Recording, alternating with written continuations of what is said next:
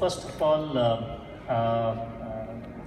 I go with Mayank's point to start with, and then I will approach this topic from a different light altogether, which is from the digital point of view, which I think we've not covered and we've not touched upon that subject. But as Mayank very rightly said, criticism has got nothing to do with whether you watch a movie or not. It is your right and it is your opinion whether you agree with the critic or not, or whether you go and view it or not.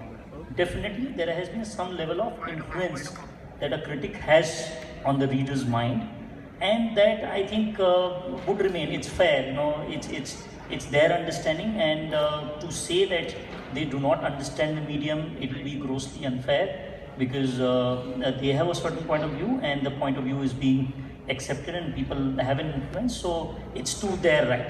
Now, what you think, I'll come to that. Prior to that, the topic that I wanted to touch upon, in the light of discussion that we are having, especially with regards to social media and its influence on criticism and cinema going thereafter, what we need to understand today, and something that I'd like to share with you all, is that India, with 19% internet penetration today, has 348 million internet users, out of which 80% of them use internet through wireless devices, perhaps 90. Yeah, and they are spread across length and breadth of the country. Government of India, through its Digital India initiative, says they will connect 250 villages in the next few years through this initiative.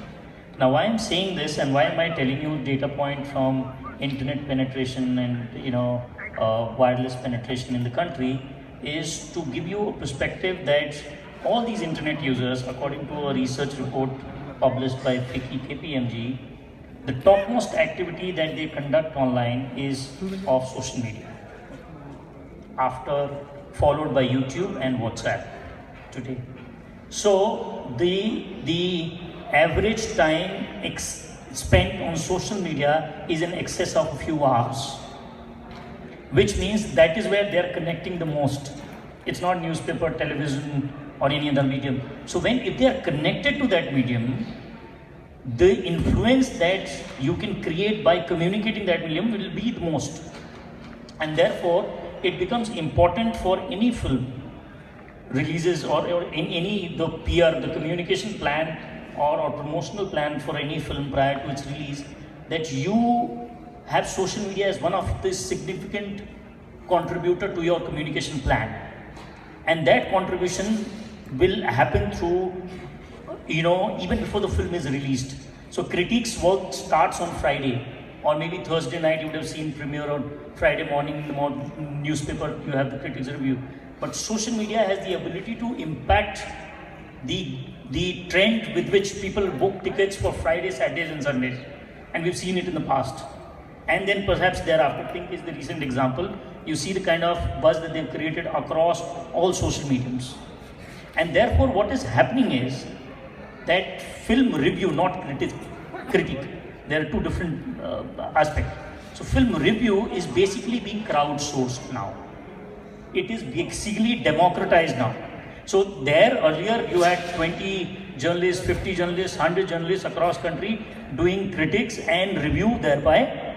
But today you have 100,000 people reviewing the film, or perhaps giving their opinion after first show on the Friday, and then it is going viral.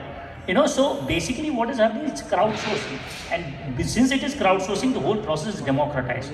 So filmmaker as a whole, and I think film fraternity as a whole, should be happy about this fact. Coming to your point where you talked about cover charges and all, let me tell you that digital is not going to be insulated from this thing either. So if you understand a Twitter influencer or a Facebook influencer, if I am on Twitter and if I have 50,000 followers on my platform, I have the ability to influence 50,000 people, and thereafter, and it is already in